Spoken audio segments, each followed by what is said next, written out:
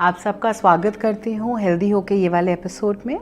आज हम एक बहुत ही इम्पॉर्टेंट विषय के बारे में बात करेंगे जिसका नाम है गेमिंग एडिक्शन। आजकल के समय में एक बहुत कॉमन परेशानी जो अधिकतर पेरेंट्स मेरे पास लेकर आते हैं वो ये है कि हमारा बच्चा सारा दिन गेमिंग खेलता रहता है, चाहे वो एक्सबॉक्स हो, चाहे वो प्ले स्टेशन हो, चाहे वो फ़ोन पे गेमिंग हो। अधिकतर पेरेंट्स को, यहाँ तक कि इवन यंगस्टर्स के बीच में, जैसे कि कोई 25-30 उम्र के लोगों के बीच में भी ये बीमारी बहुत ज़्यादा कॉमन होती जा रही है। बहुत लोगों को इस बीमारी के बारे में नहीं पता है बिकॉज़ बहुत रिसेंटली ही ये चीज़ 2018 में वर्ल्ड हेल्थ ऑर्गेनाइजेशन ने इस बीमारी को घोषित किया था एज गेमिंग एडिक्शन। चलिए बात करते हैं कि गेमिंग एडिक्शन है क्या। गेमिंग एडिक्शन एक किस्म का एडिक्शन, एक चाहत है एक इंसान की बार बार गेम खेलने की। अब जब हम देखें कि इसके क्या सिम्टम्स क्या होते हैं, इसके साइंस एंड सिम्टम्स क्या होते हैं, कई इसके साइंस होते हैं जिससे हम पता कर सकते हैं कि अगर कोई हमारे जानने वाला बच्चा हो या कोई पार्टनर हो या फ्रेंड हो या कोई भी हमारे परिवार में कोई हो जो इस गेमिंग एडिक्शन से गो थ्रू कर रहा है।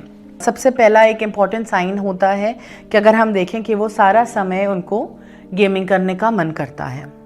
दूसरी चीज़ होती है कि अगर हम देखें कि अधिकतर वो झूठ बोलना शुरू कर देते हैं कि कितना वो गेम खेल रहे हैं। माना कि जैसे वो खेल रहे होंगे, अगर 4 घंटे खेल रहे होंगे, वो बताएंगे कि हम खाली 1 या 1.5 घंटा खेल रहे हैं। एक और चीज़ बहुत जो कॉमन होती है कि इन लोगों में सोशल आइसोलेशन आना शुरू हो जाती है कि लोगों से मिलना, बातचीत करने का मन कम होते रहता है समय के साथ। जबकि एक बहुत इंटरेस्टिंग फीचर गेमिंग एडिक्शन का ये भी होता है कि तो जो इंसान गेमिंग एडिक्शन से जिसको हो रहा होता है गेमिंग एडिक्शन, वो ये सब परेशानियों के बारे में, सब साइंस के बारे में अवेयर होता है लेकिन फिर भी इंस्पाइट ऑफ द फैक्ट कि वो अवेयर है इन सब चीज़ों के, वो फिर भी कंटिन्यू करता रहता है ये अपना गेम खेलना। और जाहिर सी बात है एक और चीज़ कि जितना वो खेले उसको लगता है वो कम है और खेलने की इच्छा होती रहती है। सो ये होता है गेमिंग एडिक्शन बहुत क्लोज होता है बाकी बिहेवियरल एडिक्शन या सब्सटेंस एडिक्शन से। एक तरफ से अगर हम देखें तो ऑफ कोर्स ड्रग्स और अल्कोहल और स्मोकिंग एडिक्शन के साइड इफ़ेक्ट्स नहीं होते हैं, लेकिन अगर हम गेमिंग एडिक्शन की भी बात करें तो गेमिंग एडिक्शन के अपने साइड इफ़ेक्ट्स भी बहुत ज़्यादा होते हैं।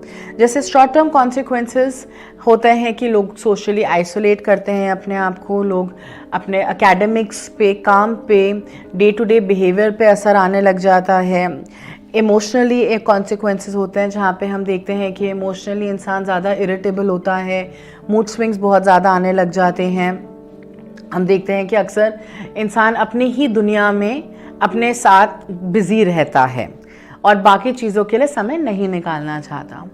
अब गेमिंग एडिक्शन 2 किस्म की होती है। सबसे पहले तो देखते हैं कि 2 किस्म की गेम्स होती हैं, जहाँ की एक किस्म की गेम होती है जो कि सिंगल प्लेयर गेम होती है। उसमें यूजुअली क्या होता है, एक टारगेट होता है और इंसान को वो टारगेट अचीव करना होता है।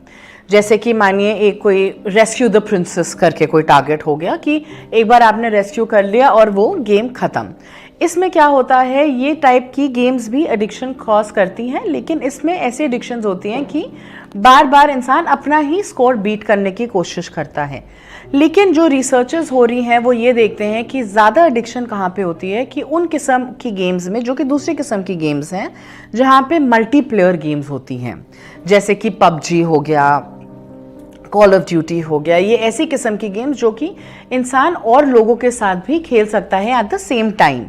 इससे क्या होता है, एक बहुत इंपॉर्टेंट, एक बड़ा इंटरेस्टिंग फैक्ट होता है कि इंसान एक ऑनलाइन आइडेंटिटी अपनी बनाता है इन गेम्स में, जो बहुत बार होता है। अगर आप अवेयर हों कि प्ले स्टेशंस में, एक्सबॉक्स वगैरह में एक उनकी एक आइडेंटिटी बनानी होती है, एक यूज़र नेम बनाना होता है। तो अक्सर इंसान वो गेम खेलते खेलते वो उस आइडेंटिटी का बन जाता है, वो उस आइडेंटिटी के साथ वो लिव करना शुरू कर देता है और वो कॉन्स्टेंटली, और वो उनका जो सोशल फैक्टर होता है, लोगों से बात करना, ऑनलाइन लोगों के साथ compete करना, टीम बनाना, वो वाला फैक्टर भी वहाँ पे समवेयर टेकन केयर होता है। तो इसलिए इंसान बहुत ज़्यादा गेमिंग एडिक्शन की तरफ जाता रहता है, स्पेशली मल्टीप्लेयर गेम्स में। क्या एक ज़्यादा रिस्की है दूसरे से? जी नहीं, दोनों में इक्वल रिस्क है, दोनों में इक्वल परेशानी होती है और दोनों में ऑफ कोर्स मल्टीप्लेयर के ज़्यादा कॉन्सिक्वेंस, ज़्यादा नंबर ऑफ लोग गेमिंग एडिक्शन से गो थ्रू कर रहे होते हैं, लेकिन दोनों ही प्रॉब्लमैटिक हैं। आज के डेट में अगर देखा जाए तो जो रीसेंट स्टैटिस्टिक्स हैं वो ये कहते हैं कि लगभग 6 से 15% लोग जो गेम्स खेलते हैं वो इस बीमारी के शिकार हैं। सो अगर आप जानते हैं किसी को या आपने देखा है किसी को परिवार में, तो प्लीज़ देखिए कि क्या वो खाली लेजर के लिए गेम करते हैं, क्या उनका बिहेवियर आपको एक एडिक्शन की तरफ बढ़ते दिख रहा है। ये खाली एडिक्शन के कॉन्सिक्वेंसेस शॉर्ट टर्म नहीं होते हैं, इनके लॉन्ग टर्म कॉन्सिक्वेंसेस भी होते हैं। लॉन्ग टर्म कॉन्सिक्वेंसेस होते हैं फॉर एग्जांपल माइग्रेन होना, कोई हेल्थ इश्यूज़ होना, आई साइट वीक होना, फ्रीक्वेंट हेडेक्स होना, सोशल आइसोलेशन होना, क्योंकि जब जो गेम खेलते हैं वो अक्सर अकेले होते हैं या अकेले खेलते हैं, ये लोग आप जो आसपास की दुनिया होती है उससे कट ऑफ कर जाते हैं एंड हो सकता है कुछ समय बाद एक इंसान को लगे कि मेरे तो कोई फ्रेंड्स ही नहीं हैं। एंड ऑब्वियसली जो हमारा एकेडमिक्स के ऊपर या जो काम पे असर होता है उसके भी लॉन्ग टर्म कॉन्सिक्वेंसेस आते हैं। अब हम इस गेमिंग एडिक्शन को कैसे मैनेज कर सकते हैं? तो सबसे पहला और मोस्ट इम्पॉर्टेंट एस्पेक्ट है कि आप मॉनिटर करिए कि सामने वाला कितनी देर तक खेल रहा है। स्पेशली अगर ये आसान होता है अगर आपके बच्चे खेल रहे हों, जहाँ पे आप एक टाइम फ्रेम रखें कि हफ्ते में या दिन में आधा घंटा 15 मिनट या हफ्ते में 1 घंटा 1.5 घंटा का टाइमलाइन सेट करिए एंड प्लीज़ उस टाइमलाइन को लेके स्ट्रिक्ट होइए कि ऐसा नहीं कि बच्चे ने बोला कि नहीं प्लीज़ प्लीज़ प्लीज़ और आपने बच्चे को आधे घंटे का प्रॉमिस करके आपने 4 घंटे बच्चे को खेलने दिया। तो जो आप बोलें, जो आपने रूल सेट करे हैं, उन रूल्स पे आप बिल्कुल अमल रहें।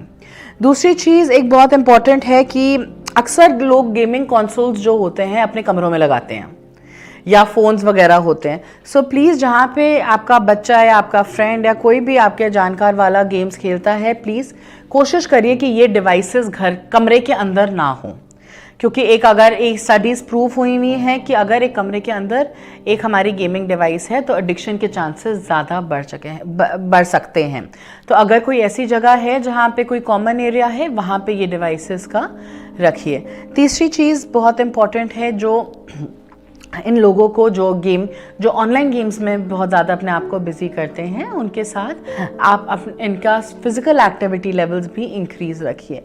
इससे एक तो उनका ध्यान ऑनलाइन गेमिंग से हटेगा और दूसरा जब माइंड फिज़िकली एक्टिव होगा, जब बॉडी फिज़िकली एक्टिव होएगी और वहाँ पे उस एरिया से उनको लेजर मिल रहा होगा, उनका एक जगह पे बैठ के स्क्रीन के सामने देखने का मन वैसे भी कम करेगा।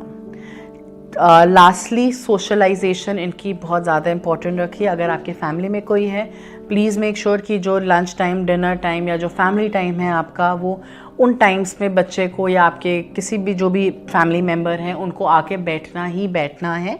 और वहाँ पे कोई भी ऐसा नहीं है कि चलो अभी गेम खेल रहे हो तो कमरे में खाना जा रहा है या आधे घंटे बाद खा लेंगे क्योंकि बच्चा गेम खेल रहा है। ये सारी प्रैक्टिसेस हमें अवॉइड करनी है। और लास्टली अगर आपको लगता है कि बच्चा फिर भी बहुत ज़्यादा टैंट्रम्स कर रहा है, जो कि बहुत नॉर्मल चीज़ भी है टैंट्रम्स करना, अगर आपको लगता है कि बहुत ज़्यादा फिर भी टैंट्रम्स हो रहे हैं और आपसे नहीं मैनेज हो रहा, प्लीज़ किसी प्रोफेशनल को जाके कंसल्ट करिए। प्रोफेशनल साइकोलॉजिस्ट होते हैं, काउंसलर्स होते हैं, जो कि एक थेरेपी होती है जिसको हम कहते हैं कॉग्निटिव बिहेवियरल थेरेपी, जो कि माइंड और बिहेवियर के साथ, दोनों के साथ, थॉट्स और बिहेवियर के साथ काम करती है। सो प्लीज़ जाइए एंड इस थेरेपी का प्लीज़ डॉक्टर को बोलिए। वैसे तो काउंसलर्स अपने आप आइडेंटिफाई कर लेंगे क्या करना चाहते हैं, लेकिन ये एक थेरेपी बहुत ज़्यादा बेनिफिशियल कहलाती है। Thank you.